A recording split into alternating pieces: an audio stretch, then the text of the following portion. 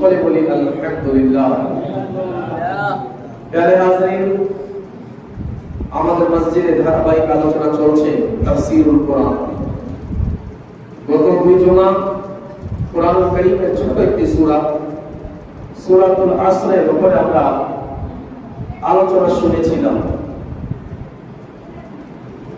এর আগের সূরাতুত তাকাসুরের তাফসীর এবং তরজমা নিয়ে এই জুমআতে দাঁড়িয়েছি। আল্লাহ রাব্বুল আলামিন যদি তৌফিক দান করেন তবে ইনশাআল্লাহ পরিপূর্ণ আলোচনা এই জুমআতে হবে, অথবা কিছু আলোচনা আগামী জুমআতে আবার করার চেষ্টা করব। এই সূরাটির নাম হচ্ছে সূরা তাকাসুর, আল-হাকুমুত তাকাসুর। এই সূরাতের প্রথম আয়াত থেকেই এই সূরাটির নাম রাখা হয়েছে। প্রত্যেক সূরার নাম হয়তো ওই সূরাতে কোন আয়াতের অংশ হবে, অথবা আয়াতের অংশ যদি না হয় তার মধ্যে বড় কোনো ঘটনা যদি থাকে, সেই ঘটনা অনুযায়ী ওই সূরার নাম আল্লাহ রাব্বুল আলামিনের পক্ষ থেকে করা হয়েছে। যেমন কোরআনুল কারীমের দ্বিতীয় যে সূরা আছে, সূরা বাকারা, সবচেয়ে বড় একটি সূরা, কমবেশ 2.5 পারার একটি সূরা। প্রথম পারা, দ্বিতীয় পারা এবং 3 নম্বর পারা অর্ধেকের মতো সূরা বাকারা। এই সূরা বাকারার অর্থ হচ্ছে গাভী। কোরআন আছে আমাদের হেদায়েতের জন্য, কিন্তু আল্লাহ রাব্বুল আলামিন গাভী নামে সূরা কেন নাযিল করলেন? কারণ ছিল এটা যে এই সূরা বাকারার মধ্যে আল্লাহ তাবারাক ওয়া তাআলা বনী ইসরাঈলের গাভীর একটি ঘটনা তিনি বর্ণনা করেছেন, তাই এই সূরার নাম সূরা বাকারা রেখে দেওয়া হয়েছে। এমনই ভাবে সূরা নামাল, যেটা 19 নম্বর পারায় আছে, সূরা নামালের অর্থ হচ্ছে পিপীলিকা, পিঁপড়া। পিঁপড়ার নামে আল্লাহ রাব্বুল আলামিন একটি সূরা অবতীর্ণ করলেন। তো এই সূরা নামালের মধ্যে ওই পিপীলিকা কিছু কাহিনী আছে হযরত সুলাইমান আলাইহিস সালামকে নিয়ে, তাই ওই সূরাটির নাম ওই পিপীলিকার নামে হয়ে গেল। আপনি দেখবেন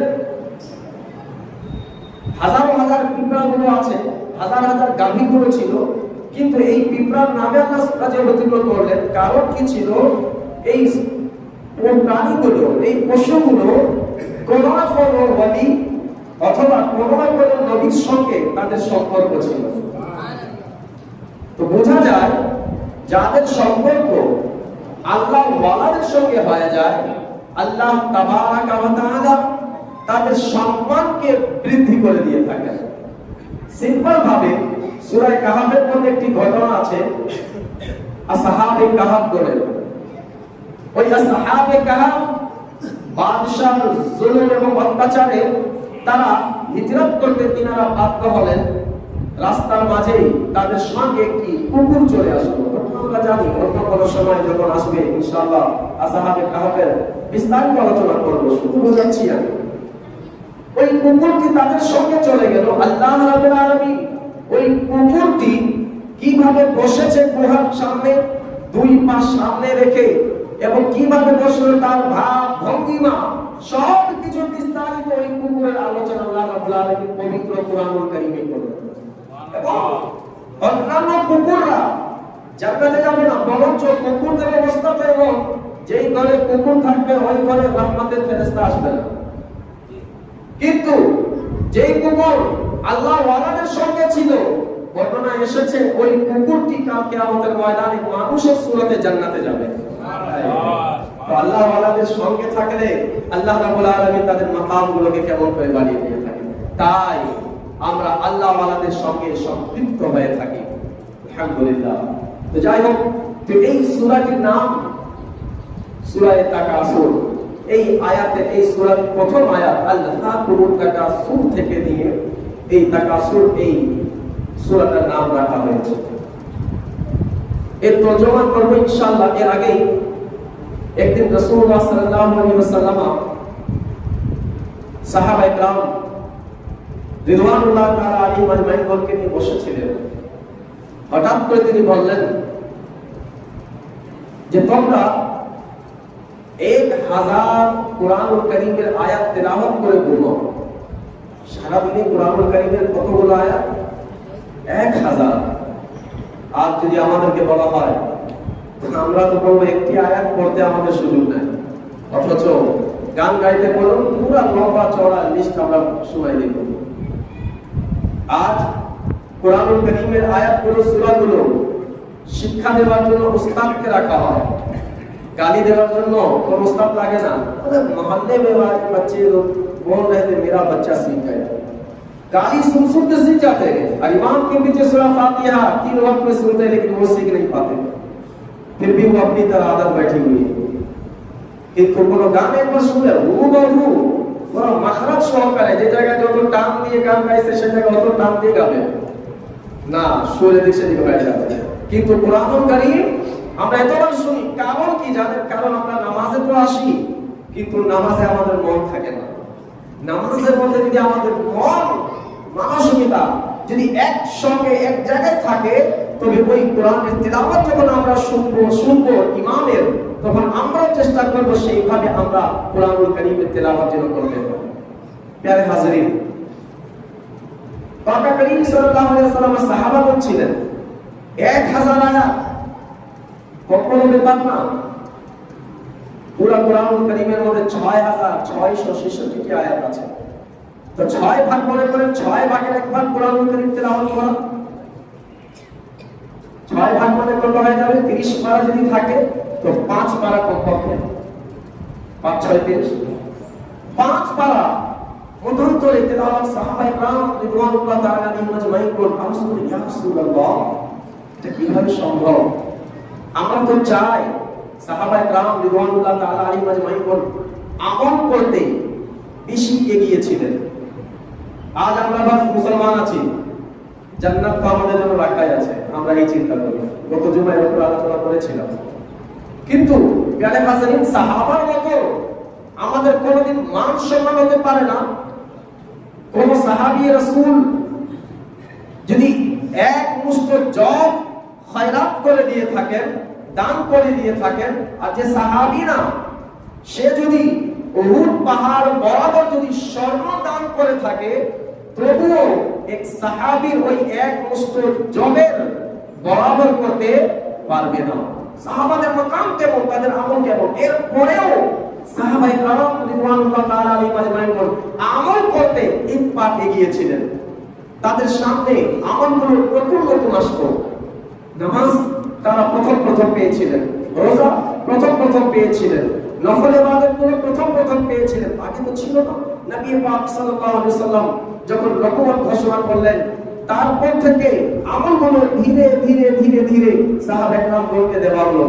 তাদের মন ছিল আমলের দিকে, এরপরেও তাদের অভ্যাস ছিল না, কিন্তু আমল করতে তারা এগিয়ে। আর আজ আমরা সম্পূর্ণগুলো পেয়ে গিয়েছি, এরপরেও আজ আমরা আমল করতে অনেক পিছিয়ে আছি। হ্যাঁ, কোন জায়গায় গান বাজনা যদি হয়, তবে দেখবেন প্রথম লিস্টে আমার নাম থাকবে, আমি এগিয়ে থাকবো। কেন? ওই জায়গায় আমার মন খুশি হবে।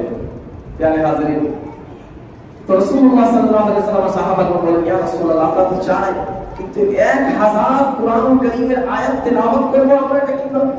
নবী পাক সাল্লাল্লাহু আলাইহি ওয়াসাল্লাম তখন বললেন, তোমরা কি সূরা তাকাসুর তেলাওয়াত করতে পারবে না?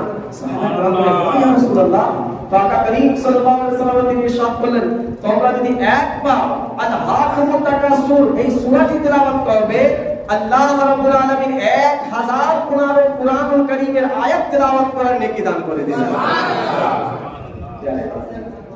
নেকি কত সহজ করে দিলেন আল্লাহ রাব্বুল আলামিন আমাদের জন্য।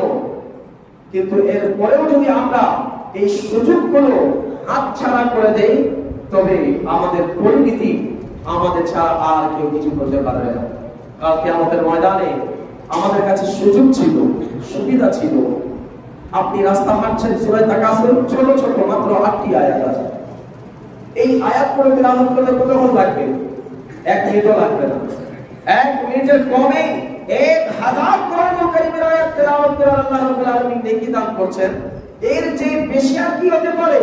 প্রিয় হাজরিন, তাই আমাদের উচিত কোরআনুল কারীমের এই ফজিলতপূর্ণ সূরা আছে, আমরা বিশেষ করে নামাজের মধ্যে তেলাওয়াত করা যদি আমাদের অভ্যাস করে নেই, তো যদি এই সূরাটি বাইরে নামাজের বাইরে যদি তেলাওয়াত করা হয় 1000 কোরআনুল কারীমের আয়াতের নেকি, আর নামাজের ভিতরে যদি করে নেওয়া হয় তো নামাজ আর জামাত সহকারে যদি হয় তো 70 গুণ আল্লাহ বাড়িয়ে দিয়ে থাকেন। নামাজের মধ্যে বেশি বাড়িয়ে দিবেন। নামাজের মধ্যে যখন এই সূরাগুলো আমরা তেলাওয়াত করব, আল্লাহ রাব্বুল আলামিন নেকিগুলো আমাদেরকে দ্বিগুণ চারগুণ করে দান করে দিবেন। সুবহানাল্লাহ। প্রিয় হাজরিন, এই হচ্ছে সূরা তাকাসুর ফজিলত। আসুন আল্লাহ রাব্বুল আলামিন ইরশাদ করেন, আলহাকুমুত তাকাসুর হাত্তা যুরতুমুল মাকাবির। এই দুটি আয়াতের তরজমা একসঙ্গে পড়লে তখন পরিপূর্ণভাবে তরজমাটা আমাদের মাথায় বুঝে আসবে। আলহাকুমুত তাকাসুরের অর্থ হচ্ছে আল্লাহ রাব্বুল আলামিন ইরশাদ করেন মানব জাতিকে উদ্দেশ্য করে যে দুনিয়ার লোভ লালসা, দুনিয়ার মহাব্বত তোমাদেরকে এমন ভাবে ঘিরে রেখেছে যে তোমরা কাফির হয়ে গিয়েছো। দুনিয়ার মায়া মহাব্বত, দুনিয়ার লোভ লালসা, দুনিয়ার ভালোবাসায়, দুনিয়ার লোভে তোমরা এমন ভাবে ঘিরে রয়েছো যে তোমরা কাফির হয়ে গেছো। কি থেকে? দিন থেকে তোমরা কাফির হয়ে। এই জায়গায় দিনের শব্দ নেই, কিন্তু তাফসীর কারকরা তাফসীর করেছেন যে দিন থেকে এবং আখিরাত থেকে তোমরা গাফিল হয়ে গিয়েছো। আর এই গাফলাত তোমাদের ভাঙবে কোন দিন? হাত্তা যুরতুমুল মাকাবির, যেই দিন তোমরা কবরকে দেখে নিবে। এখন প্রশ্ন হয়, কবর তো আমরা ডেলি দেখি, জানাজায় গেলে কবর দেখি। শুক্রবার নামাজের পরে যাদের মা বাবা ইন্তেকাল করেছেন, যাদের দাদা দাদি ইন্তেকাল করেছেন, আমরা প্রায় জিয়ারত করতে যাই। যাই কি যায় না? যাই। কবর তো আমরা দেখি। তো এই জায়গায় কবর দেখার মানে এটা নয় যে শুধুমাত্র কবরের উপরের মাটি দেখা। এই আয়াতের অর্থ হচ্ছে যে তুমি কবর পর্যন্ত পৌঁছে যাবে, অর্থাৎ তোমার মৃত্যু হয়ে যাবে এবং তোমাকে কবরের ভিতরে দাফন করা হবে। তো তখন পর্যন্ত তুমি কাফির হয়ে থাকবে দুনিয়ার মহাব্বতে। প্রিয় হাজরিন, হযরতে আব্দুল্লাহ ইবনে শাখীর এক সাহাবী রাসূল আছেন, তিনি বর্ণনা করেন যে একদিন আমি নবী পাক সাল্লাল্লাহু তাআলা আলাইহি ওয়াসাল্লাম দরবারে আসলাম। নবী পাক সাল্লাল্লাহু আলাইহি ওয়াসাল্লাম সূরা তাকাসুরের এই প্রথম দুটি আয়াত তেলাওয়াত করলেন, আলহাকুমুত তাকাসুর হাত্তা যুরতুমুল মাকাবির। এটি তেলাওয়াত করলেন। তেলাওয়াত করার পরে নবী পাক সাল্লাল্লাহু আলাইহি ওয়াসাল্লাম বলতে লাগলেন যে মানব জাতি, আদম সন্তান যারা আছে তারা এই কথা বলতে থাকে, মালি মালি মালি, আমার মাল আমার মাল আমার মাল, আমার সম্পদ আমার সম্পদ আমার সম্পদ। আজ আমরা বলতে থাকি না, ये मेरा है ये मेरा है ये मेरा है। নবী পাক সাল্লাল্লাহু আলাইহি ওয়াসাল্লাম বলেন, আর এটা তাফসীরে ইবনে কাসিরের মধ্যে রয়েছে, আকা কারীম বলেন যে মানব জাতি, আদম সন্তান, তারা সর্বদা এই কথা বলতে থাকে, মালি মালি মালি, আমার সম্পদ আমার সম্পদ আমার সম্পদ। নবী পাক সাল্লাল্লাহু আলাইহি ওয়াসাল্লাম বলেন যে মানুষের সম্পদ কি আছে তুমি কি জানো? ওই সাহাবী রাসূল তিনি বলতে লাগলেন, মানুষের সম্পদ কি হচ্ছে ইয়া রাসূলুল্লাহ? মানুষের সম্পদ তো এটাই যেটা আমার দোকান আছে, আমার জায়গা জমি আছে, এটা আমার সম্পদ। আজকাল যদি আমাদেরকে প্রশ্ন করা হয় আমাদের সম্পদ কি, তো আজ জামানার হিসাবে আমাদের ভাষা একটু চেঞ্জ হবে, যে যে জায়গাটায় আছে আমার ওটা আমার সম্পদ, যে দোকান বাজারে আছে ওটা আমার সম্পদ। ব্যাংক ব্যালেন্স, ওই সময় তো ব্যাংক ব্যালেন্স ছিল, ব্যাংকের মধ্যে যে টাকাগুলো রয়েছে ওটা আমার সম্পদ। যা সোনা গহনাগুলো আছে ওগুলা আমার সম্পদ। ঘরের মধ্যে যত আসবাবপত্র মাল জিনিসগুলো আছে, দোতলা বিল্ডিং আছে, এটা আমার সম্পদ, আমার আমার আমার। রাসূলুল্লাহ সাল্লাল্লাহু আলাইহি ওয়াসাল্লাম বলেন, তোমার সম্পদ এটা নয়। মানুষের সম্পদ হচ্ছে তিনটি। কয়টি? তিনটি। নবী পাক সাল্লাল্লাহু আলাইহি ওয়াসাল্লাম বলেন, তিনটি সম্পদ তোমার ছিল, এর ব্যতীত আর তোমার কোনো সম্পদ নেই। এক নম্বর ওই সম্পদ যেই সম্পদগুলো তুমি খেয়ে হজম করে ফেলেছো, অর্থাৎ যা কিছু খাওয়া দাওয়া করে আমরা হজম করে নিয়েছি ওটা হচ্ছে আমার, আমি খেয়ে শেষ করে দিলাম। बात समझ में आई? जो खाना हम खाकर हजम कर गए वो मेरा था, আমি শেষ করে দিলাম। 2 নম্বর বললেন যে কাপড় পরিধান করে তুমি শেষ করে দিয়েছো ওটা তোমার। আর 3 নম্বর বললেন যেই সম্পদগুলো তুমি দান করে সদকা করে আখিরাতের জন্য জমা করে রেখেছো এটা হচ্ছে তোমার। সুবহানাল্লাহ। এর ব্যতীত চতুর্থ আর তোমার কোনো সম্পদ নেই। প্যারে হাজরিন, একদিন সাহাবা ইকরাম রাদিয়াল্লাহু তাআলা আলাইহিম আজমাইন করে বসেছিল। নবী পাক সাল্লাল্লাহু আলাইহি ওয়াসাল্লাম ওই সাহাবা ইকরামকে উদ্দেশ্য করে বললেন যে বলো তোমরা নিজের মাল সম্পদের হেফাজত করবে নাকি নিজের ওয়ারিস বোনের মাল সম্পদের হেফাজত করবে? ওয়ারিস বোঝেন তো, যে আমার মরার পরে আমার জিনিস জায়গা জমি যারা পাবে তাদেরকে ওয়ারিস বলা হয়। ওয়ারিসটা বাংলাতেও ব্যবহার করা হয়, ওয়ারিস নামা হয়। তো এখন সাহাবায়ে কেরাম রাদিয়াল্লাহু তাআলা আলাইহিম আজমাইন করতে যখন এই প্রশ্ন করলেন তোমরা নিজের সম্পদ নিজের মাল হেফাজত করবে নাকি নিজের ওয়ারিস বোনের মাল সম্পদের হেফাজত করবে? সাহাবায়ে কেরাম জবাবে বললেন ইয়া রাসূলুল্লাহ আমরা নিজের মাল সম্পদ জমা করব, হেফাজত করব। নবী সাল্লাল্লাহু আলাইহি ওয়াসাল্লাম আবার ওই প্রশ্ন করলেন, এটা অন্য একটি হাদিস। বলেন তোমাদের মাল সম্পদ কি আছে? বলো আমাদের মাল সম্পদ আমাদের ওই জায়গা জমি, আমাদের ওই খেজুরের বাগান, আমাদের ওই বাজারে যে ব্যবসা আছে ব্যবসার প্রতিষ্ঠান, এগুলো আমাদের। নবী সাল্লাল্লাহু আলাইহি ওয়াসাল্লাম তাদেরকে উত্তর দিলেন যে তুমি বলছো খেজুরের বাগান তোমার, তুমি বলছো তোমার জায়গা জমি তোমার, তুমি বলছো ওই ব্যবসা প্রতিষ্ঠান তোমার আছে, কিন্তু যেদিন তোমার ইন্তেকাল হয়ে যাবে তোমার ওয়ারিসগণ পরস্পরের বন্টন করে নেবে, সেটা তোমার কাছে থাকবে, সেটা তো তোমার ওয়ারিসদের। তুমি সেটা তোমার মাল না, সেটা তোমার ওয়ারিসদের মাল আছে। সাহাবায়ে কেরাম হাত জোড় করে বলতে লাগলেন ইয়া রাসূলুল্লাহ আপনি কি বোঝাতে চাচ্ছেন আমরা জানি না, আপনি আমাদেরকে বিস্তারিত বলে দিন। নবী পাক সাল্লাল্লাহু আলাইহি ওয়াসাল্লাম বলেন যে তোমরা যেই জিনিসটি সাদকা করে আখিরাতের জন্য জমা করে দিয়েছো ওই আখিরাতের সম্পদ হচ্ছে তোমাদের আসল হাকিকত, আসল সম্পদ। তোমরা নিজের সম্পদের হেফাজত করো, বলুন সুবহানাল্লাহ। আচ্ছা এখানে একটি প্রশ্ন হতে পারে, बात अगर आप लोग नहीं समझे हो इसलिए 3 आदमी सुभान अल्लाह बोलो। बात मैं क्लियर कर दूं अपनी जबान में। आका करीम ने फरमाया तुम अपने माल की हिफाजत करो, তুমি নিজের সম্পদের হেফাজত করো। আর নিজের সম্পদ কোনটি? যে আমার ব্যাংক ব্যালেন্স আছে ওটা তো আমার ওয়ারিসদের। अभी मेरी आंख बंद हो गई, यहाँ कुछ लोग जनाजे की तैयारी में होंगे, कुछ लोग मीटिंग कर रहे होंगे, बाजार वाला मेरा, मोहल्ले वाला तेरा। এইভাবে বন্টন শুরু হয়ে যাবে, তখন ভাই ভাই ঝগড়া করবে, বেশি তুমি কেন নিয়েছো, দুতলা বিল্ডিংটা সুন্দর বানানো আছে ওটা আমি নিব, 3 তলা তুমি নাও, সেটা তো তোমার না। আকা করিম সাল্লাল্লাহু আলাইহি ওয়াসাল্লাম বললেন তোমার সম্পদকে তুমি হেফাজত করো। আর আমার সম্পদ কোনটি? যেটা আমি সাদকা করে आखिरत जमा जमा कर दिए जो हमने सदका करके आखिरत के लिए जमा कर रखे उसकी हिफाजत। এখন মাথায় প্রশ্ন আসতে পারে যেটা জমা করে দিলাম সাদকা করে দিলাম তার হিফাজত কিভাবে করব আমরা? সেটা আল্লাহর খাতায় লিখে দিলাম আমরা, তার হিফাজত আমরা কিভাবে করব?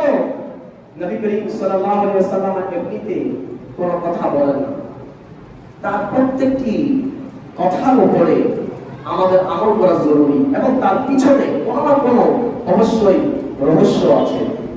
আর আমরা যে ওযু করি, আমরা যে রোজা রাখি, এর উপরে এখন আলোচনা আমার সুযোগ নেই। সায়েন্সও এই রোজা এই ওযুর উপরে যখন রিসার্চ করেছে এবং কি মিসওয়াকের উপরে রিসার্চ করেছে, প্রত্যেকটি সুন্নাতের উপরে তারা রিসার্চ করে দেখলো যে নবী সাল্লাল্লাহু আলাইহি ওয়াসাল্লাম এই কাজটি মুসলমানদেরকে করতে বলেছেন।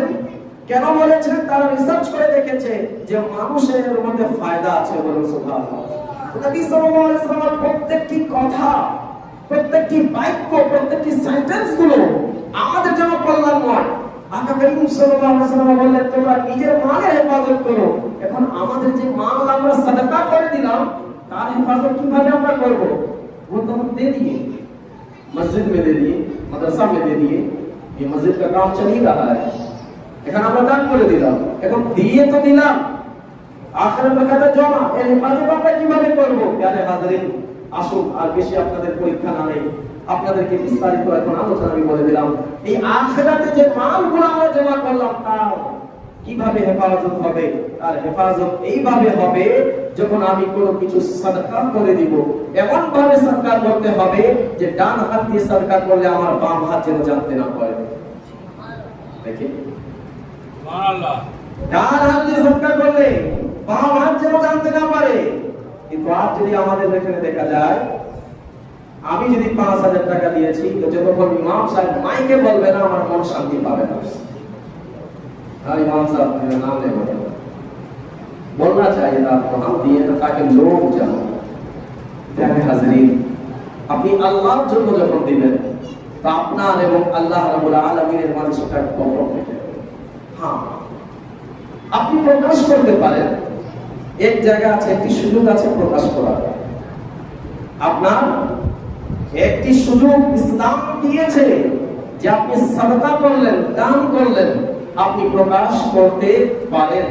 নবী পাক সাল্লাল্লাহু আলাইহি ওয়াসাল্লাম যখন কোন যুদ্ধের জন্য, ইসলামের কোন কাজের জন্য সাহাবা ইকরাম রিদওয়ানুল্লাহ তাআলা আলাইহিম আজমাইনকে বলতেন যে অমুক যুদ্ধের জন্য তোমরা কে কি দান করবে, কে কি সহযোগিতা করবে? উসমান গনি রাদিয়াল্লাহু তাআলা জোর গলায় খাড়া হয়ে বলতেন 100টি কোট আমার পক্ষ থেকে। সুবহানাল্লাহ, জোর গলায় সবার সামনে বলতেন 100 কোট আমার পক্ষ থেকে। তিনার উদ্দেশ্য এটা ছিল না যে লোকেরা আমাকে বলবে বড় দানবী, তিনার উদ্দেশ্য এটা ছিল আমি 100 কোট যখন দিব, কম কম ব্যক্তিরা তারাও সাহস করবে, তারা 100 না দিতে পারলে কমপক্ষে একটির জন্য তো প্রস্তুত হয়ে যাবে। সুবহানাল্লাহ।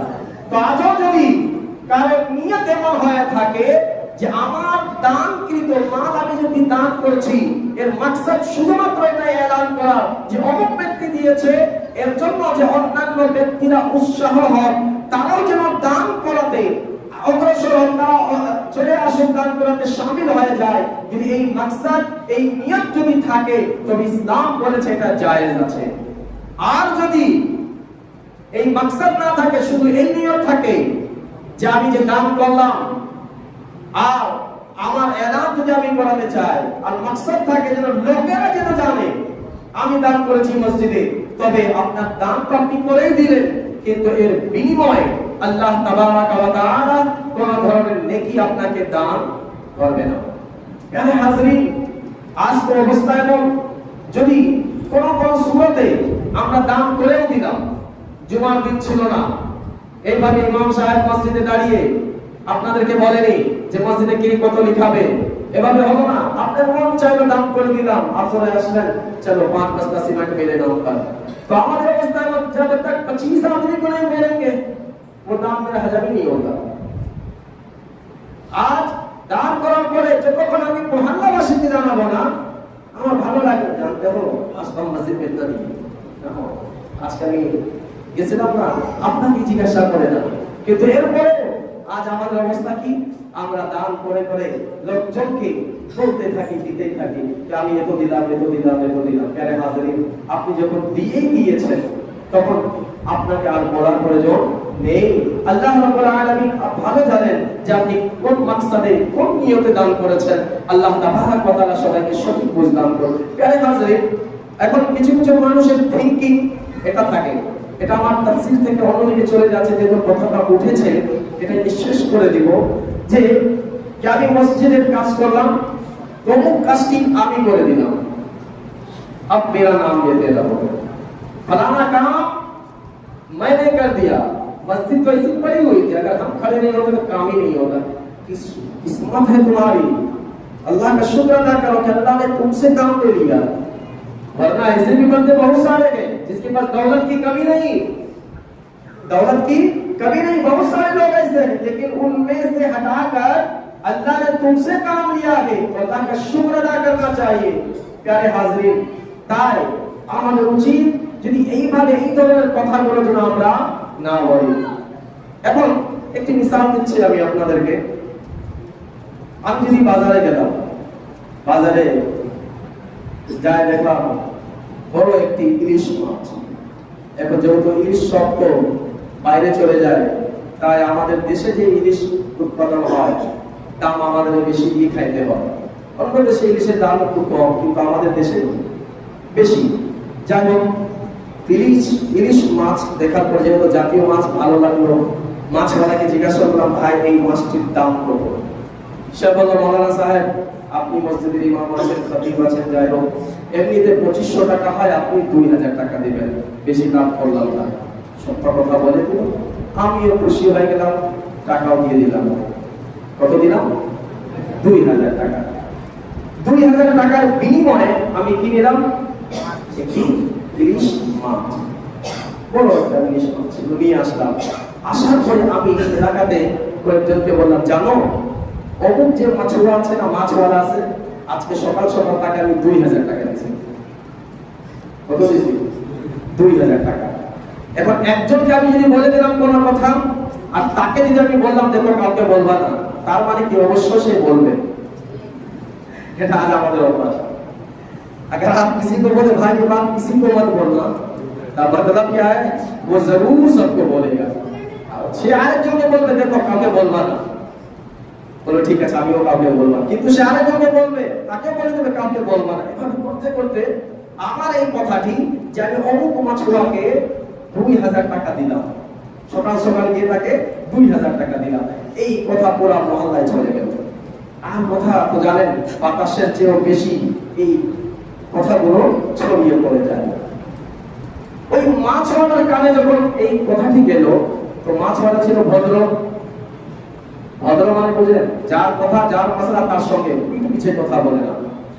আর এটাই ইসলাম চায়, যদি আপনার সঙ্গে কিছু হয়ে যায় আপনি সরাসরি তার সঙ্গে কথা বলবেন, পিঠ পিছে কথা বলে এটা মুনাফিকাত। যাই হোক, এখন ওই মাছওয়ালা কি করলো, সরাসরি যারা যারা বলেছিল তাকে 4-5 জনকে নিয়ে আসলো। আসার পরে বলতেছে, ইমাম সাহেব আপনি কি বলতেছেন এগুলাদেরকে? কি বললাম?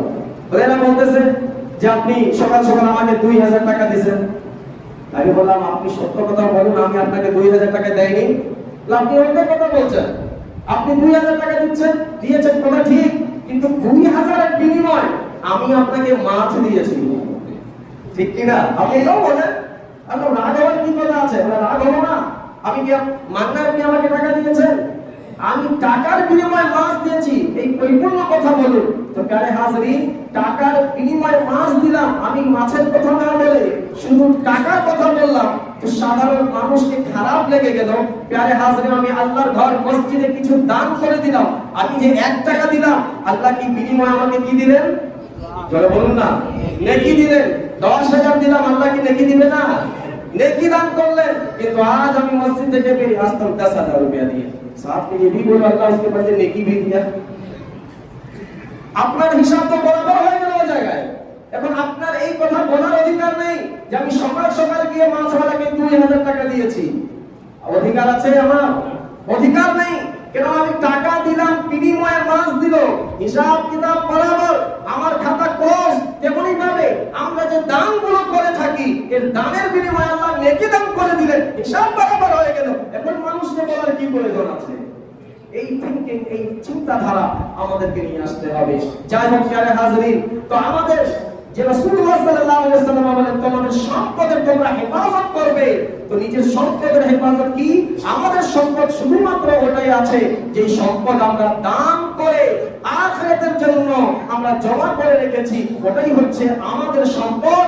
এবং ওই সম্পদগুলো হেফাজত হবে এর হিসাবে যে আমরা যদি কোনো দান করি, সাদকা করি, ওই দান, ওই সাদকা, ওই আমলগুলোকে কারো কাছে না বলিয়ে এক আল্লাহ এবং আমার মাঝে গোপনে রেখে দেব। বলেন সুবহানাল্লাহ।